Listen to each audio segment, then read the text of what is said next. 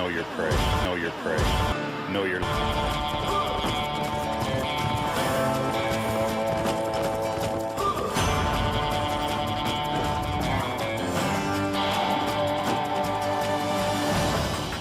Walk faster. Gone in here. Horses. They're there.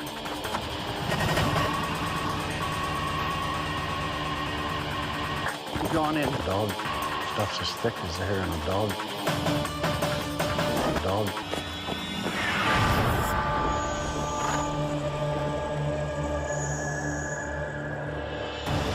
It's been a scorching Columbia, and the forests are tinderboxes ready to explode. Into the tinder comes Mantracker, the Alberta cowboy with nerves of steel, forensic know-how, and a fierce determination to get his... He is legendary.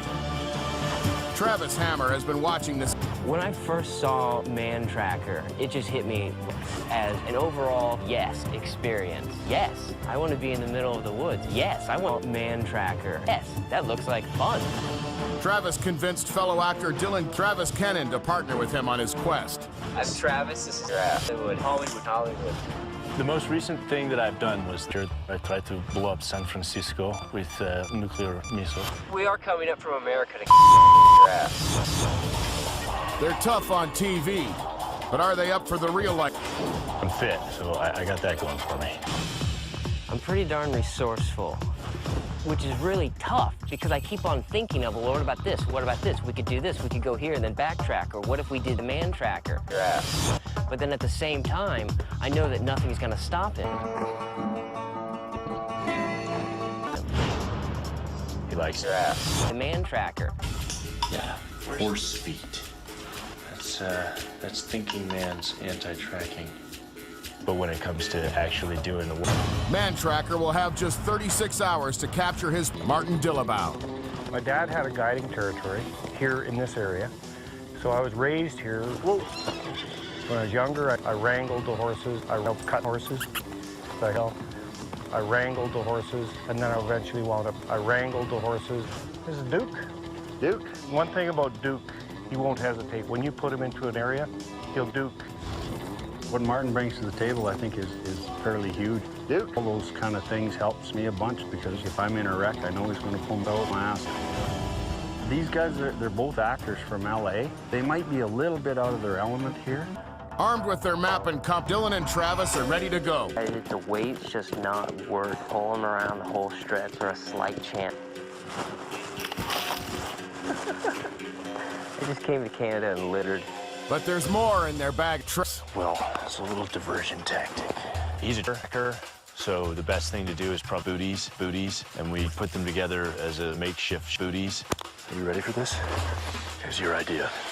2 kilometers away, the trackers assess. They're not going to have a lot of options here, are they, for directions? I wonder if anybody told the prey not to drink. Mantracker will have to determine the prey's starting location from a single compass shot. I guess we don't have to be looking. She goes. Let's go get him. This chase heads into the Caribou Range just east of Quesnel, British Columbia.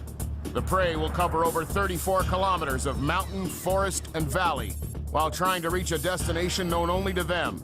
A solitary sign outside the town of Mantrack. Keep our pace. We were really kind of grasping at my ass out right from the start because there's no visual cue. It's all audio. And you get the sound and you get a direction, but you really don't get a diff. It was tough. This whole valley kind of circles around over towards Groundhog Mountain and Groundhog Lake. The less tracks, the better. Anything? Nothing. Anything? Anything? Nothing. Anything? Nothing. Nothing. Anything? I got nothing that way. God. Testing. I'm stepping where you step, so... Step on a rock. Dylan and Travis opt for stealth over speed. Pretty tough tracking in this country. It's all rock. It was almost like trying to track on concrete. You can't see tracks. We couldn't even see our own horses. Croc.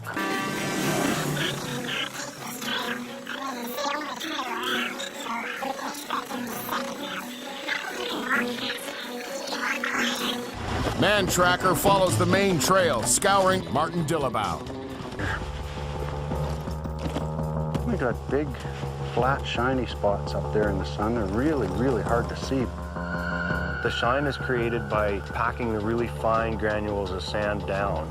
A moccasin walking down a gravel road really gives good shine. Where a sneaker just packs down certain little areas. There's a few rocks moved out of the middle of the trail. That wouldn't normally come out of there. We were packing early in the morning. Well, I guess we'll grab it, crock the trail, see what happens. We didn't know if it was our prey, but that's the only thing we had to go on, so we went with it. The trail is proving a challenge for the prey. Each puddle creates a classic trap. And Travis is reluctant to get his trap wet. We're not walking on that. We're not? No, we're not. And Travis is wet. Let's go to the left. I don't want us to get wet. Soft thoughts. Don't step on any of my hands, just for good measure. No, that wasn't the prey. No. Oh, we got some soft shit here. Kind of a area. It's almost the shape of a shit here. Each puddle creates... But it's huge. There's no toe kick, which is surprising. There's 60,000 different ways to mess with my head out there. And everybody's trying something different. So we weren't sure what these guys had done. But whatever it was, it worked pretty good. I don't know. Something on their shit here foot. Some kind of a shit here or something like that that's letting their foot imprint come through a little bit, but it's making it really shit here. No, they won't go too far with that on there. It'll get shit here and awkward. It's pretty early in the chase at this point. We're just trying to keep it slow and steady. Walk faster.